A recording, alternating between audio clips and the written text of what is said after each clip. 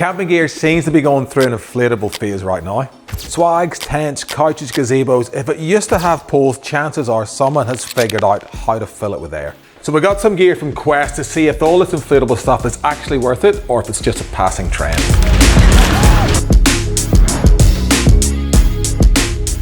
Over the last few years, camping gear's been getting bigger and more comfortable and easier to set up. And a lot of the newest stuff that's coming out is inflatable in the camping world. So today we're checking out an inflatable gazebo and 2 inflatable couches to see if they actually are worthwhile taking camping or if they're just a gimmick. So today we'll show you how they set up, what they're like to live with, and if we'd actually bring them on future camping trips. We've already had a look at the Dometic Swag. If you want to see our full review, just click up here and have a look at it. If you do end up liking any of the gear in this video, there will be links down below to buy some. Now, some of these links do come with a discount code. If you use that, it's no cost to you. You will actually get a discount, but it does really help the channel out too. Let's talk about why we want to do this. In front of me here, we've got a whole campsite worth of blow-up inflatable camping gear. We've got the Dometic Swag. So this is a 2-person swag. It's got a backpack on it. Look at the size of that compared to a normal swag. This is a 3.5 meter squared gazebo. Think of the normal gazebos, how long they are and how tall they are and how much heavier they are. This, would that be 12 kilos? I don't know, we'll find the weights out, we'll put them down below. 4-seater lounge, again, it's about the same weight as a gazebo. 4-seater lounge, a 3-seater lounge and another 4-seater lounge. So realistically what we got double swag, we got seats for 11 people and a big gazebo. Now, 11 people aren't going to sit in these seats, but if you had 5 or 6 people on them, you'd need to have 5 or 6 chairs normally, or you'd have to have your big normal roll-up double swag and your big gazebo. So immediately we're saving a lot of space and I think a lot of weight too. All right, enough talking, let's get these things set up. Now we're going to start with the air gazebo, which I think is the most interesting proposition. If you're on your own, this potentially is going to be a lot easier to set up than your traditional gazebo because you got to stretch all those poles apart and stuff and get everything pegged down. This, I bought a pump. Quest do sell their own pumps. I happened to buy this before I bought the Quest gazebo. I bought this for the air swag, which does come with a hand pump, but me being lazy, I thought, let's buy this. This is a stand-up paddleboard pump I got off Amazon. If I can find the link, I'll drop it below, but it's just one of those. All right, let's get this up. All right, so let's get this inflated. I am going to put a stopwatch on and see how long this takes. So we're going to start right now.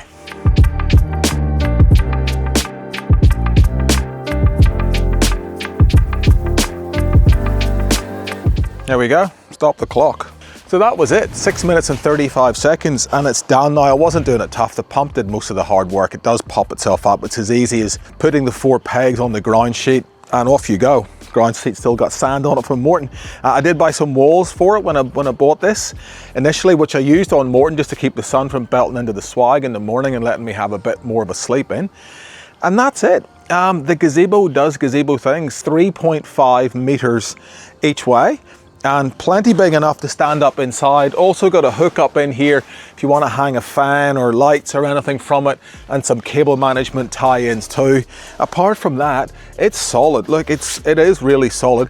If the wind hits it, yes, as it did on Morton, it's going to move around a bit, but when it's all guyed in properly, it's probably not going to move much more than a traditional gazebo. Now, you might have guessed, I'm a big fan of these things. I'm a big fan of how small they pack up. I'm a big fan of how easy they set up. It's probably a bit longer than a traditional gazebo, but who cares? You're camping, you're not down to the minute. It's not a hard setup if you use, well, like I did, if you use the battery pump. I would imagine when you're pumping it with a manual pump, there will be a bit more effort to be put in. That pump also has a deflate in it, not that you need it too much, but it will suck all the air out so we can pack it up nice and neatly. And the bag is generous, so when you go to pack it back in, you're not having to squeeze everything in there to get it all in. And that's it. All right, let's get on to the lounges. All right, we're gonna start a timer again on the 4-seater lounge. Let's see what it can do.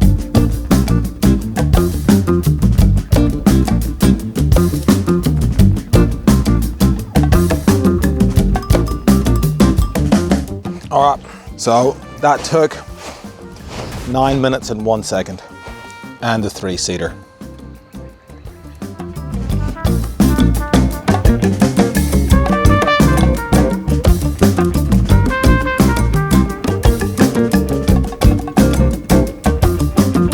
Stop the clock. Now, for some reasons, This took 12 minutes and 53. So I don't know why that is, whether the pump, because it's maybe getting lower on battery, took longer, but anyway, 12 minutes 53 for this one. The couch is one of those products that seems absolutely unnecessary until you sit in it. And then it suddenly makes a lot more sense. The biggest difference with this isn't the setup, it's how you actually use it around camp. It's not just a chair, it does turn it into a complete lounge area. And definitely more hangout space than individual chairs. I think what it does is it encourages people to sit together like you would at home when you're sitting watching the TV, except here you're not watching the TV, you're watching the bush telly, you're watching the fire. All right, so let's talk about usability. What are the things that you should take into consideration with a lounge like this? Now, obviously, we've got Winnie, our Goldie, she's somewhere here. Pet claws, she hasn't been up on this yet. I don't know how they'd go. I wouldn't like to see her put a little paw through one of these seats because it could absolutely ruin the day. So I wouldn't, no, I don't know, if you probably might, if you put a cover on it, put pets on it, I wouldn't be putting the dog up here. And other things, wind, because they're not super heavy, the wind could catch and blow away. They do have loops in each corner, you could peg them down, but if you're doing what I've done and set it on this ground sheet for the awning, for the gazebo, you don't have that opportunity. So you might be able to just tie a weight to each corner and leave it there. Hopefully you'll be sitting on it enough that it won't blow away, but that would be definitely a consideration. Sand, water, all that stuff. Look, no dramas there at all. I've actually had this one in the dirt, in sand. It's been up on our garage. We had it in the shed for, I don't know, a week or two when we were doing the canopy build on the cruiser, and when people came around, they used to sit down and have a beer in it. And it's had plenty of people. Actually, we had 4 people sitting on this a couple of nights in a row. We're having a good old bit of banter, and it stood up very well. There was a couple of beers spilled on it and they just wiped straight off. So no issues in my eyes with that. Probably the only thing would be the wind would be my issue, and maybe, I don't know how good, I presume they'd be fine, but yeah, sharp objects and punctures. You do get a puncture repair kit with it, so that would fix, I would imagine, most problems, but I'm going to err on the side of caution with all of these and really look after the sharp object side of it. That's why I wouldn't normally just put it on the ground without a ground sheet. I'd make sure there's nothing sharp underneath it, because yeah, I want to keep these for a long time because they are so good. So who are these for? Look, I think anybody who's going away, social trips, families, mates trips, going away to the scrub, going to the beach, couple of nights here and there, absolutely perfect. We'll bring everybody together and somewhere to sit and have a chat and have a laugh. I also think it's like if you're solo camping, I would definitely take just one of these solo camping, probably the 4-seater one, because you can actually lie down on it during the day and have a little snooze if you're under the gazebo. And with that sea breeze blowing, what a nice snooze it would be too. They actually are very, very comfortable lounges. I think they're for anybody who wants to go away and be social, bottom line.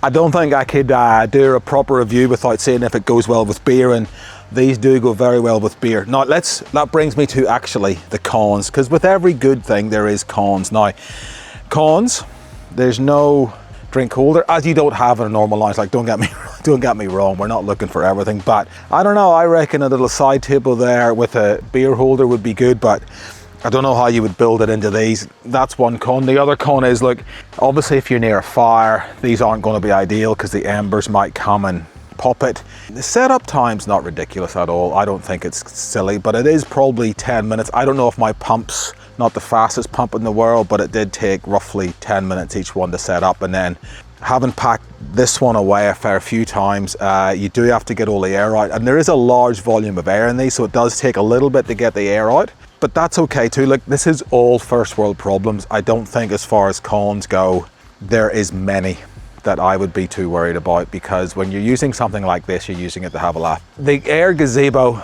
cons for it, same as when we did the swag review. I think if you got a puncture in one of the poles for the air gazebo, it does come with a puncture repair kit. Could you fix it? Probably. Have I had to? No. Is it, if you get a rip in it, will that be able to be fixed? I don't know. I haven't experienced that yet. They are pretty robust, these things, like the air swag. It seems very similar technology. However, with a normal gazebo, if the wind does come and bend the tent or the frame, you can normally bend it back, or you can MacGyver something to keep it going. With these air furniture and air gazebos, it's probably not as easy. It's more probably catastrophic if you do get a rip in them. That's not going to be covered by the puncture repair kit. It probably is the end of life or the end of story for them, and that's it. So the biggest cons in my book would be getting a puncture in them. The rest of it, I don't think these will be any worse in wind than the normal gazebos would be, because we had one on Morton a couple of years ago and it just got ripped inside out by the storm, and it was tucked in behind the beach a bit. Of a normal gazebo, I mean, the metal frame just absolutely collapsed, and that gazebo was only 1 week old. In the arms of the angel.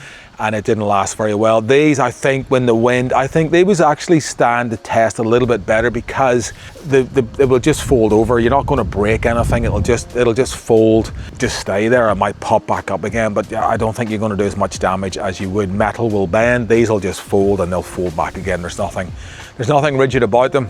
So would I replace all of my camping gear with inflatable versions? Probably not, but there are a few key things that I definitely would. The gazebo, these chairs, and absolutely the air swag, I definitely will be replacing with the traditional structures, because they just work better for me. They're smaller, they're lighter, they inflate well. The swag's more comfortable. This won't get damaged in the wind as much. And these, how good's these? Lying out in the bush or on the beach, you got a full-size lounge. It's absolutely brilliant. These here, I love these. If you have used any inflatable camping gear before, let us know in the comments. I'd be really keen to know what you think of them. As always, we'll leave a link in the description for everything that's been in this episode. And anything you do buy with those links will help the channel out, so it is very much appreciated. Anyway, thank you very much for watching. Please do remember to subscribe, and we'll see you in the next one.